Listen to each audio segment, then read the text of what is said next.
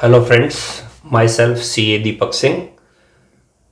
CME की coaching platform पर आपका वार्म वेलकम करता है। आज की हमारी class CMA intermediate paper 5 financial accounting से रिलेटेड एमसीक्यूज के क्वेश्चन से है, जो कि आपके दिसंबर 2020 एग्जाम में 85% का वेटेज रख रहे हैं। तो ज़्यादा समय खराब न करते हुए आज का पहला क्वेश्चन आपकी स्क्रीन पर है, ध्यान से देखिए। क्वेश्चन है, bad debts are apportion among department. जैसा कि नाम से पता चल रहा है कि ये डिपार्टमेंटल चैप्टर का क्वेश्चन है, और डिपार्टमेंटल चैप्टर में आपको बेसिस दिए गए हैं कि डिफरेंट डिपार्टमेंट में एक्सपेंसेस को कैसे डिवाइड करेंगे। इसमें आपको कुछ रेशो पढ़े होंगे, टाइम रेशो, सेल्स रेशो, और ऐसे ही यहां पर बैड डेट का है। तो बैड डेट डियर सेल्स से रिलेटेड होता है। आप सब लोगों को मालूम होगा, जिस डिपार्टमेंट की सेल्स ज्यादा होती है उसमें बैड डेट भी ज्यादा होगा। तो इसका आंसर होगा A, sale of each department. Number of unit sold से नहीं होगा, कॉस्ट ऑफ सेल से नहीं होगा, आंसर होगा ए। देन सेकंड क्वेश्चन प्रैक्टिकल है, ये भी डिपार्टमेंटल से रिलेटेड क्वेश्चन है। ध्यान से देखना डियर और आंसर बताना। और यदि आप लोग इसको करने में इंटरेस्टेड है तो मेरे इस वीडियो को पॉज कर लेना, अपना सॉल्यूशन निकालना, फिर देखना कि आपका और मेरा आंसर मैच करता है या नहीं। देखिए क्वेश्चन है, X department the goods are transferred from department X to Y। यानी जो ट्रांसफरर डिपार्टमेंट है वो X है और ट्रांसफरी डिपार्टमेंट Y है। सेंडिंग डिपार्टमेंट X है, रिसीविंग डिपार्टमेंट Y है। X Y को गुड्स भेज रहा है और किस रेट पर गुड्स भेज रहा है? 25% ऑन कॉस्ट, 25 ऑन कॉस्ट। बच्चों यदि मैं बात करूं, डियर मैं बात करूं कि कॉस्ट पर 25% है तो सेल पर कितना होगा? तो डियर मुझे आप लोगों से आंसर रिसीव हो रहे हैं, मन से रिसीव हो रहे हैं। आंसर होगा 25 डिवाइडेड बाय 125। इट मींस वो हुआ 1/5 ऑन सेल का। सर ये आपने क्यों किया? क्योंकि ये फॉर्मूले में काम आता है। कैसे काम आता है अभी हम बात करते हैं।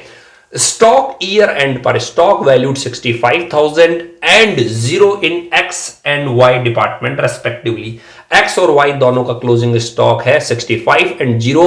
What amount then the amount of stock reserve and closing stock will be. तो क्लोजिंग स्टॉक रिजर्व कितना होगा? तो डियर सबसे पहले इसके फॉर्मूले पर बात करें। स्टॉक रिजर्व का फॉर्मूला होगा, ध्यान से देखें, closing stock of which department? Receiving department। closing stock of receiving, जो रिसीव कर रहा है, multiply by GP rate percent based on cell of sending department. ये मैंने सिंपल फॉर्मूला बताया है। अभी इस फॉर्मूले में कुछ ऑल्टरेशन भी है, लेकिन अभी आपके लेवल पर, अभी इस क्वेश्चन के लेवल पर ये फॉर्मूला काम का है। तो क्लोजिंग स्टॉक किसका लेना है? जो रिसीव कर रहा है, यानी X या Y। तो आंसर होगा Y का क्लोजिंग स्टॉक लेना है। और जीपी रेट किसकी लेनी है? जीपी रेट लेनी है सेंडिंग की, यानी X की, और वो भी कौन सी वाली लेनी है? सेल वाली जीपी रेट लेनी है। ध्यान दीजिए बच्चों, अभी मैं कॉन्सेप्ट को हल्का फुल्का ही ले पा रहा हूं because of limitation of time. तो आप देखिए क्लोजिंग स्टॉक Y का कितना है? 0, और जीपी रेट X की सेल पर कितनी है? 1/5। तो इसको सॉल्व करें तो ये हो गया 0 इंटू 1/5। Answer will B 0। तो आंसर होगा D, none of the above. ध्यान देना डियर, अच्छे स्टूडेंट 65,000 पर निकाल के आ जाएंगे। ऑल्दो आपके नेगेटिव मार्किंग नहीं है, बट यदि आप आते हुए क्वेश्चन को भी गलत करके आएंगे तो ये बहुत बड़ा लॉस होगा। The next question third, this is also related with stock reserve. ध्यान दीजिएगा डियर, ये क्वेश्चन हमने मॉड्यूल से, पास्ट एग्जाम से लिए हैं, लेकिन इनमें हमने हमारे हिसाब से कुछ ऑल्टरेशन किया है, चेंज किया है। आपको ये क्वेश्चन जो थर्ड है वो देखते हुए ऐसा लग सकता है कि सर ये तो मॉड्यूल का क्वेश्चन है, मॉड्यूल में इसका ये आंसर है। मैंने इनमें लाइनिंग में चेंज किया है। ध्यान से दिया, X ने goods are transfer from department X to department Y। X ने Y को गुड्स भेजा, वापस से वही बात। और अब की बार बताइए कितने प्रॉफिट पर भेजा? ध्यान से देखिए dear, 1/3 on sale, readymade based on sale दे रखा है, यानी X ने गुड्स Y को भेजा है on sale price, GP rate cover किया है 1/3 on sale price. Okay, if the value of closing stock of department Y is 18,000। अब आप मुझे बताइए रिसीविंग डिपार्टमेंट कौन हुआ? Y का क्लोजिंग स्टॉक कितना हुआ? 18,000। क्या आप इस 1/3 33.33 रेट को चेंज करेंगे? No, because it is already given on sale. तो सीधा आप मल्टीप्लाई करेंगे 1/3, आंसर विल बी 6000। जहां से मैंने ये क्वेश्चन लिया है वहां पर 33.33 ऑन कॉस्ट दे रखा था, तो 33/33 यदि कॉस्ट दे रखा होता तो आपको इसे सेल में कन्वर्ट करना होता और फिर आपकी रेट बदल करके हो जाती 1/4, तब आपका आंसर अलग आता। ध्यान दीजिए, मॉड्यूल में 33.33 ऑन कॉस्ट था, मैंने इसमें क्या किया है, ऑन सेल। तो be alert, be alert. Formula stock reserve का अगेन रिपीट करते हैं। फॉर्मूला स्टॉक रिजर्व का जो है वो है closing stock of receiving department and GP rate multiply जो करेंगे वो सेंडिंग की करेंगे based on sale. Then question next, ध्यान रखना डियर कि जो एग्जाम में क्वेश्चन आएंगे उनकी साइज बड़ी होगी, वो छोटे छोटे क्वेश्चन नहीं आएंगे, 2 या 3 लाइन की नहीं आएंगे, 6 to 7 लाइन के आएंगे। तो ये एनपीओ का क्वेश्चन है और मेरा आपको एक सजेशन है कि जब ये क्वेश्चन जिसकी साइज मोर देन 5 लाइन हो तो आपको उसकी लास्ट लाइन को सबसे पहले पढ़ लेना चाहिए। तो इसी कॉन्सेप्ट को ध्यान रखते हुए मैं इस क्वेश्चन की लास्ट लाइन को पढ़ रहा हूं। Amount of subscription to be taken as income for 7-8, यानी 7-8 के इनकम एंड एक्सपेंडिचर अकाउंट में इनकम में कितना लेकर जाया जाएगा, यानी वो अमाउंट आपको निकालना है जो इस एनपीओ को इनकम एंड एक्सपेंडिचर के इनकम में लेना है। अब धीरे धीरे हम इसको पढ़ते हैं। आपको डेटा दिया हुआ है 31 मार्च 2008 का।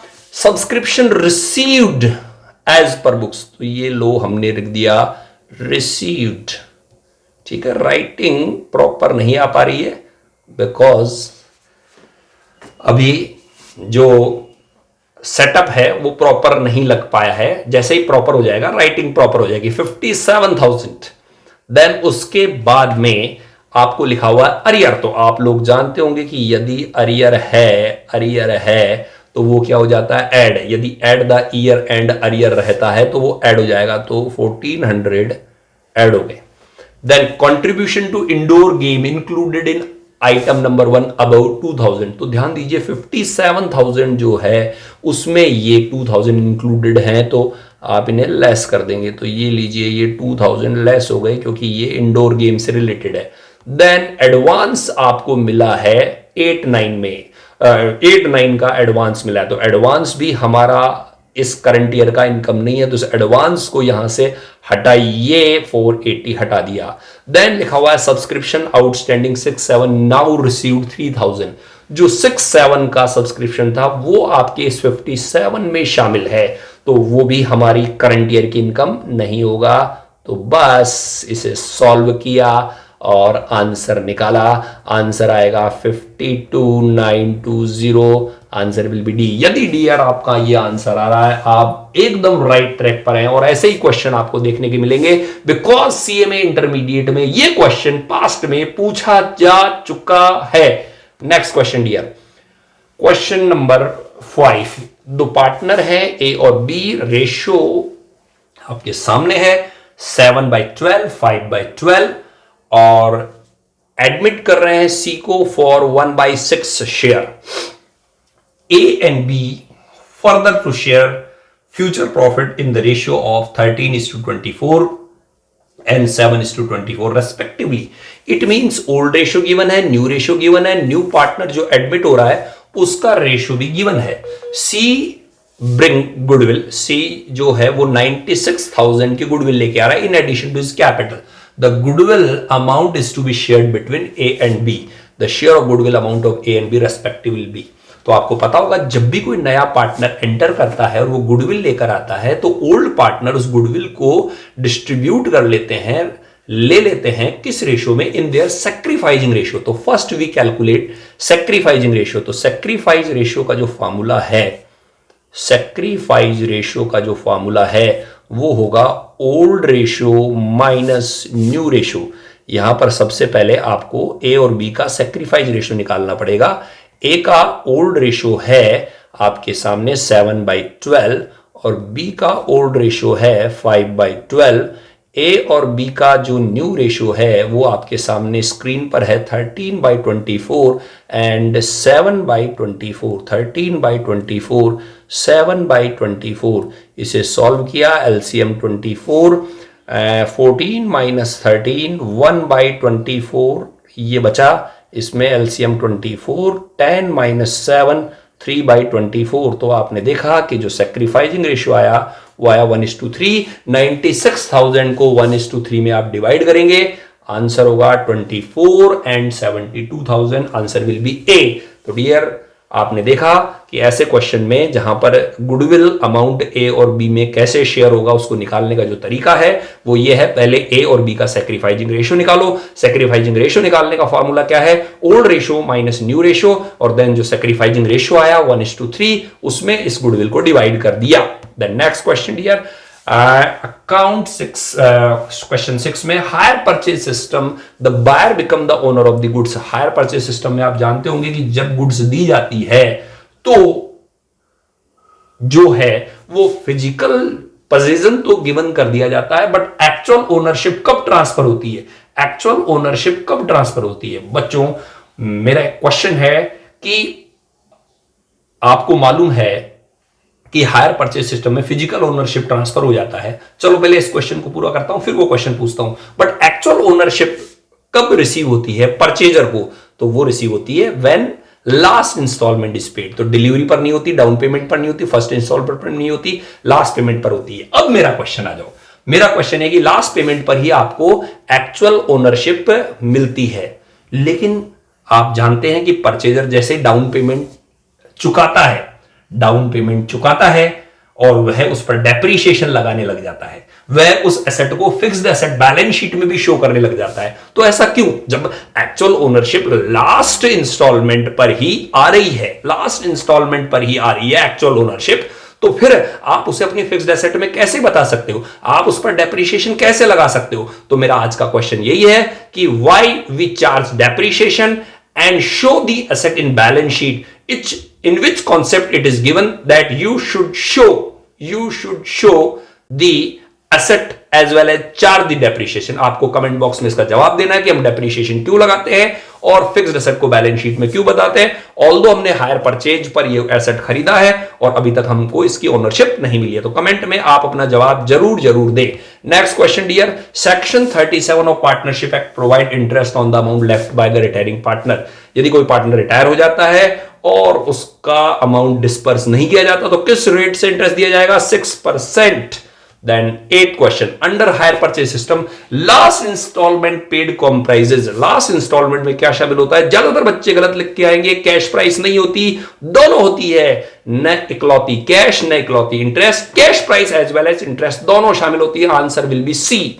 Then next question 9th, X and Y divide profit 5:3, Z admitted 1/5 share, new profit sharing ratio क्या होगा। तो आपको मालूम होगा कि जब भी कोई नया पार्टनर एडमिट होता है और उसका शेयर गिवन है और अदर इंफॉर्मेशन नहीं दे रखी है, तो जो रिमेनिंग शेयर बनता है उसके आने के बाद रिमेनिंग शेयर बचता है, जैसे इस क्वेश्चन में 4/5 बच रहा है, वो X और Y में ओल्ड रेशियो में डिवाइड होता है। तो हम यहां पर निकाल लेते हैं, X का न्यू रेशियो 4/5 का 5/8, Y का 4/5 का 3/8 और Z तो आ ही रहा है भाई साहब, कितने के लिए 1/5। इसका एलसीएम लिया 20/40, 12/40, इसको अप एंड डाउन 8 से मल्टीप्लाई, 8/40। तो आंसर क्या हुआ 20, 12, 8, 4 से कट करो, 5, 3, 5, 3, 2, answer B. The next question, a profit on sale of furniture of a club will be taken to, a profit on sale of furniture of club will be taken to, profit यदि हो रहा है club को तो बताइए ये profit कहां जाएगा। तो क्लब एक एनपीओ है, इनकम एंड एक्सपेंडिचर में जाएगा। तो आज हमने क्लास में 10 क्वेश्चन लिए। यदि आप ऐसे क्वेश्चन और करना चाहते हैं प्लीज कमेंट बॉक्स में अपना आंसर जरूर दें। यदि यस है तो हम और बड़े बड़े वीडियो बनाएंगे और लाइव क्लासेस इसकी लेंगे, ठीक है। और इसके अलावा डिस्क्रिप्शन बॉक्स में हमारा टेलीग्राम चैनल है जिस पर इंपॉर्टेंट नोट्स और एमसीक्यूज दिए हुए हैं डिफरेंट सब्जेक्ट्स के, तो आप उनका भी बेनिफिट ले सकते हैं। हमारा टेलीग्राम चैनल का लिंक डिस्क्रिप्शन में दिया हुआ है। इसी के साथ आपका दोस्त आज की क्लास से बाय करता है। मिलेंगे नेक्स्ट क्लास में नए कॉन्सेप्ट के साथ, नई चीजों के साथ। Bye, thank you very much.